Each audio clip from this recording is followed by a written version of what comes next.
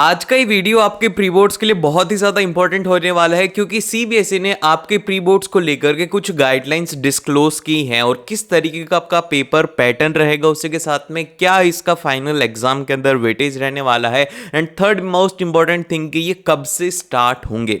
तो फिर चलिए हम लोग बिना टाइम वेस्ट किए इस वीडियो को स्टार्ट करते हैं। मेक श्योर कि आप इस वीडियो को अपने दोस्तों के साथ में ज़रूर से शेयर कर देना क्योंकि इसके अंदर बहुत ही ज़्यादा इंपॉर्टेंट इन्फॉर्मेशन है आपके प्री बोर्ड्स को लेकर के। तो फिर चलिए हम लोग बिना टाइम वेस्ट के स्टार्ट करते हैं। तो सबसे पहला क्वेश्चन है कि कब से हैं हमारे प्री बोर्ड्स की, भैया प्री बोर्ड्स की हमारी डेट्स क्या रहने वाली हैं, कि डेट्स क्या रहेंगी, फिर उसी के साथ में कि इनको कंडक्ट कौन करवाएगा, क्या ये जो बोर्ड के एग्जाम है ये सीबीएसई कंडक्ट करवाएगा, देन फिर इसके बाद में जो ये पेपर होगा हमारे प्री बोर्ड्स का क्या ये सीबीएसई के पास में जाएगा चेकिंग होने के लिए, क्या सीबीएसई इस पेपर को फॉर्म करेगा। तो इन तीनों क्वेश्चन के आंसर अभी मैं आपको देता हूं।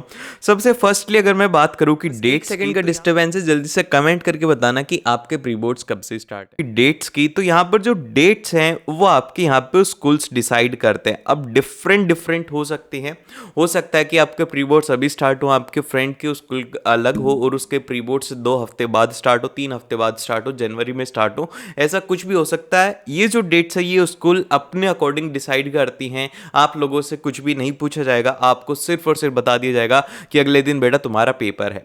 देन फिर इसके बाद में जो नेक्स्ट है वो है सीबीएसई को लेकर के कि क्या यहाँ पर सीबीएसई का कोई रोल रहता है हमारे प्री बोर्ड्स के अंदर, कि क्या कहीं ऐसा होता है कि हमारे प्री बोर्ड्स को लेकर के सीबीएसई कुछ करता है, जैसे कि एग्जाम नोटबुक चेकिंग हो गया या फिर पेपर फॉर्मेशन हो गया, ऐसा कुछ सीबीएसई करता है। तो इसका आंसर है नो, सीबीएसई का इसके अंदर कोई भी रोल नहीं रहता है और सीबीएसई किसी भी स्कूल को 100% श्योरिटी नहीं देता या फिर ऐसा कोई कंफर्मेशन नहीं देता या फिर कुछ भी ऐसा अपनी तरफ से वो बोलते हैं कि अपना प्रेशर नहीं लगाता जिससे कि स्कूल्स अपने प्री बोर्ड्स कंडक्ट करवाएं।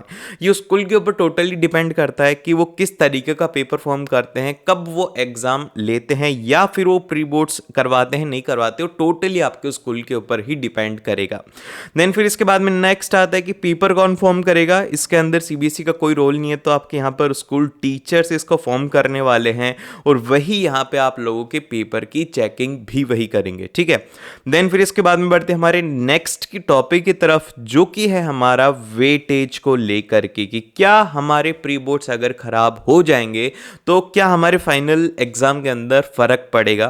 तो इसका आंसर है यस, इससे आपके फाइनल एग्जाम के अंदर बहुत ज़्यादा फर्क पड़ेगा अगर आपके प्री बोर्ड्स खराब होते हैं तो।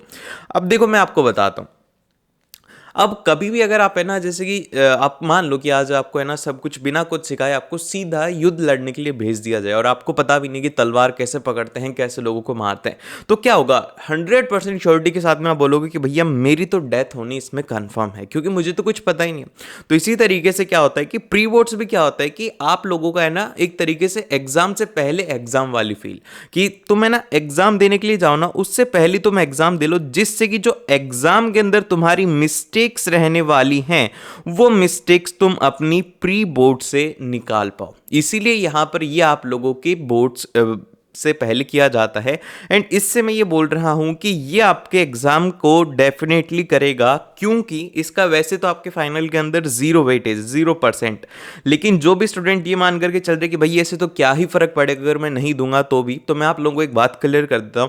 एक ऐसा स्टूडेंट जो कि प्री बोर्ड्स को दे रहा है और एक ऐसा स्टूडेंट जो प्री बोर्ड्स को नहीं दे रहा, उसके एग्जाम के मार्क्स के अंदर 20 से 30% का डिफरेंस आपको देखने को मिलेगा क्योंकि वो बोर्ड एग्जाम के अंदर जाकर के उसे पता लगेगा कि भाई मैं तो स्लो बहुत ज्यादा लिखता हूं, मेरी जो राइटिंग स्पीड है वो बहुत ही ज्यादा स्लो है, मेरे क्वेश्चंस के अंदर कैलकुलेशन मिस्टेक्स हो रही है, ठीक है। ये सब बातें उसको एग्जाम टाइम पे पता लगेंगी और उसको आगे सही कर पाना मुश्किल है।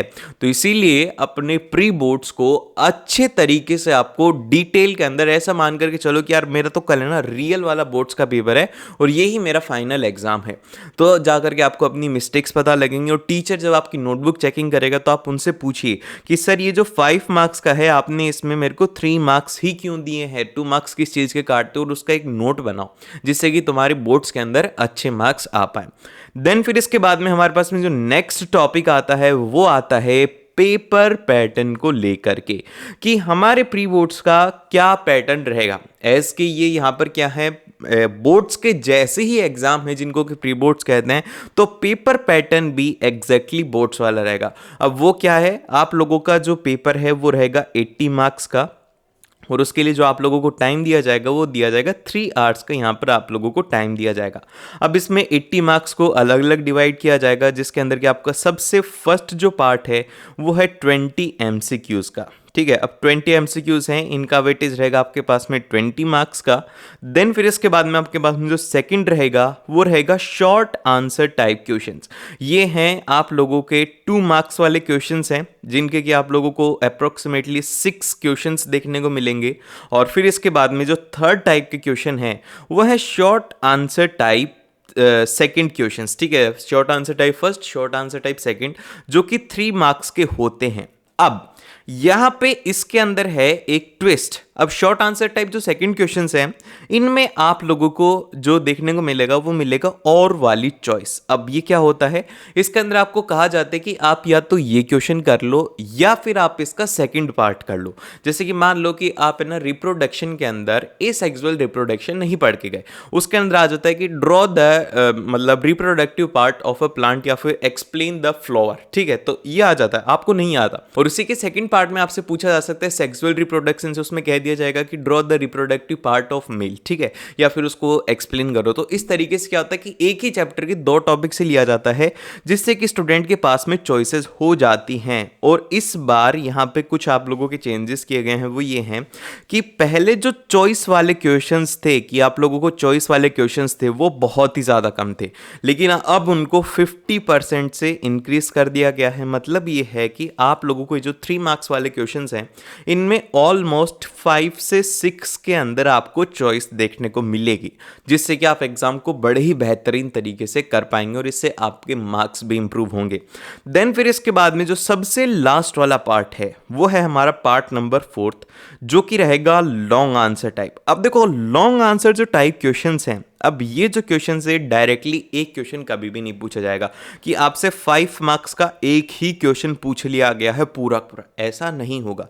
इसको क्या किया जाता है, 5 मार्क्स का है तो इसको सबसे पहले यहाँ पे किया जाता है कि एक क्वेश्चन 1 मार्क का पूछ लिया, फिर उसके बाद में एक क्वेश्चन 2 मार्क का पूछ लिया, फिर इसके बाद में एक क्वेश्चन आप लोगों से फिर से 2 मार्क्स का पूछ लिया जाता है, या फिर 1 मार्क के, 3 मार्क के, इस तरीके से 5 मार्क्स को डिस्ट्रीब्यूट किया जाता है, उसके पार्ट्स पूछे जाते हैं आपसे। एंड फिर इसके बाद में जो एक नई चीज इस साल हो रही है वो हो रही है यहाँ पर कॉम्पिटेंसी बेस्ड क्वेश्चंस। अब कॉम्पिटेंसी बेस्ड क्वेश्चंस क्या होते हैं भैया, कॉम्पिटेंसी बेस्ड क्वेश्चंस वो होते हैं जिनसे कि आपके कॉन्सेप्ट के ऊपर बेस्ड क्वेश्चंस आते हैं। अब कॉम्पिटेंसी बेस्ड क्वेश्चंस वो होते हैं जिनसे कि आपसे इन डेप्थ क्वेश्चन पूछा जाता है। फॉर एग्जाम्पल के लिए आपसे डेफिनेशन नहीं पूछी जाएगी, इसमें आपसे डेफिनेशन ना पूछ करके डेफिनेशन को एक एग्जाम्पल के साथ में उससे रिलेटेड कुछ एक एग्जाम्पल दे दिया जाएगा और पूछा जाएगा कि इसको आप किस तरीके से एक्सप्लेन करो, या फिर आप इसको प्रूव करो कि ये सही है। इस तरीके के क्वेश्चंस आपसे मिलेंगे, straight to the point questions नहीं मिलेंगे, ये मिलेंगे आप लोगों को थोड़े घुमाए हुए क्वेश्चंस। और इस साल इन क्वेश्चंस का वेटेज 40% से भी ज़्यादा है, जो कि लास्ट ईयर के लिए सिर्फ और सिर्फ 20% था। तो यहाँ पर ये इसके अंदर सडन इंक्रीज है, जिससे कि स्टूडेंट्स को थोड़ी प्रॉब्लम हो रही है कि भैया अब हमने तो आज तक ऐसे क्वेश्चंस देखे नहीं, तो अब हम इन्हें कैसे करेंगे। और लास्ट वाला है हमारे यहाँ पर जो नेक्स्ट 5th टाइप के क्वेश्चंस है वो होते हैं हमारे पास में केस बेस्ड क्वेश्चंस। अब यहाँ पर केस बेस्ड क्वेश्चंस के अंदर क्या होता है, एक पैरा गिवन होता है, उससे रिलेटेड क्वेश्चंस रहते हैं, जिसका कि ज़्यादा कुछ होता नहीं है उसमें। आपको सिंपल सा पता होना चाहिए कि उस चैप्टर को आप पढ़ करके आए हो या फिर नहीं आए हो, और उसका डेटा आपको उसमें यूज में लेना होता है। तो यही था आपके प्री बोर्ड्स को लेकर के। तो मेक श्योर कि आप इस वीडियो को अपने दोस्तों के साथ में जरूर से शेयर करें और सब्सक्राइब कर लेना, क्योंकि अभी हम लोग प्री बोर्ड्स की प्रिपरेशन आप लोगों की करवाने वाले हैं। तो आप लोग प्री बोर्ड्स के अंदर अच्छा स्कोर करना चाहते हो तो मेक श्योर कि आप सब्सक्राइब करो और इस वीडियो को जरूर से लाइक कर देना। एंड मिलते हैं आप लोगों को नेक्स्ट वीडियो के अंदर। And all the very best for your pre boards exam.